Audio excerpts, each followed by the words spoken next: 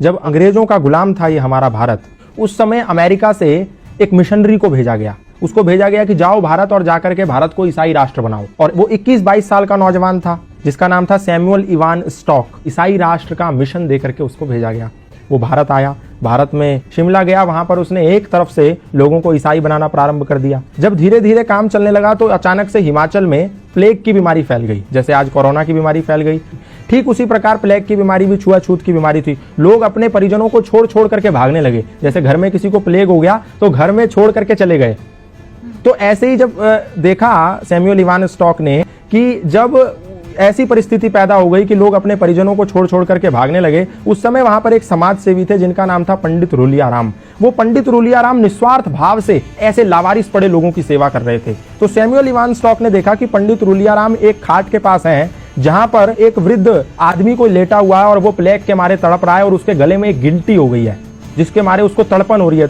तो पंडित रूलियाराम ने क्या करा, एक कपड़ा लिया, उसकी गर्दन पे रखा और मुंह से उस गिल्टी को निकाल करके उसकी पीड़ा को खत्म कर दिया। उसका मवाद मुंह से निकाला। और जब इस दृश्य को सैमुअल इवान स्टॉक नाम के मिशनरी ने देखा, उसने कहा ये तो सेवा की अत्यंत पराकाष्ठा है, सेवा की उत्कृष्टता है। मैं जो सेवा के नाम पर लोगों को ईसाई बना रहा हूं, ये तो फरेब है, ये तो धोखा है, ये तो फ्रॉडगिरी है, ये तो षड्यंत्र है, और ये तो निस्वार्थ सेवा है जहां इनको कुछ नहीं मिलना, ये मर भी सकते हैं, छूने पे लोग मर जा रहे हैं और ये उनकी ऐसी सेवा कर रहा है। उस समय सैमुअल इवान स्टॉक का हृदय परिवर्तन हो गया।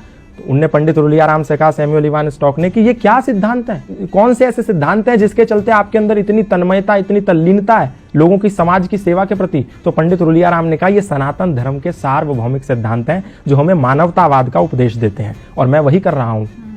संगच्छध्वम संवदध्वम संवो मनांसि जानताम सर्वे भवन्तु सुखिना सर्वे सन्तु निरामया के सिद्धांतों को पालन कर रहा हूं। तो सैमुअल इवान स्टॉक ने कहा, मैं भी ये सनातन धर्म के सिद्धांत जानना चाहता हूं।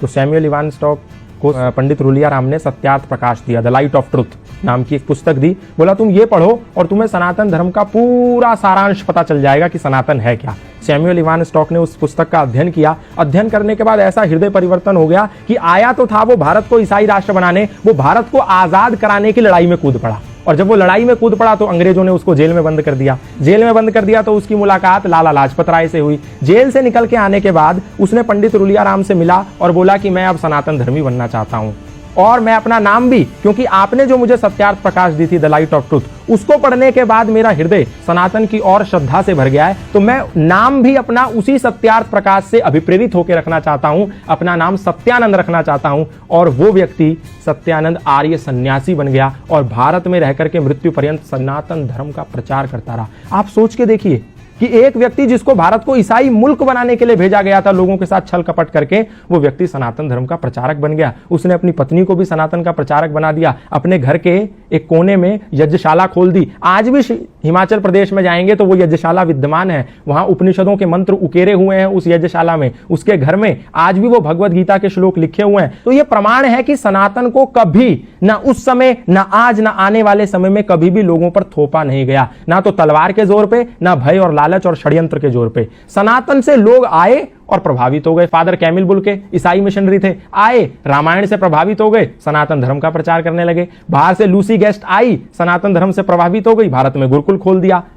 स्टैनफोर्ड की एक महिला आई, भारत में आके गंगा के पास बैठी, साध्वी भगवती सरस्वती बन गई। एक व्यक्ति स्विट्जरलैंड से पैदल भारत आ गया, 4 साल 18 मुल्क पैदा करते हुए। कोई गया था उसके कंधे पर बंदूक रखने और उसका नाम हो गया बैन बाबा। ऐसे बहुत सारे उदाहरण है, मैं बताऊंगा तो समय कम पड़ जाएगा। सनातन को कभी भी किसी पर थोपा नहीं गया। लोग आए, खुद बन गए। मौलाना महबूब अली खुद पंडित महेंद्र पाल आर्य बन गए।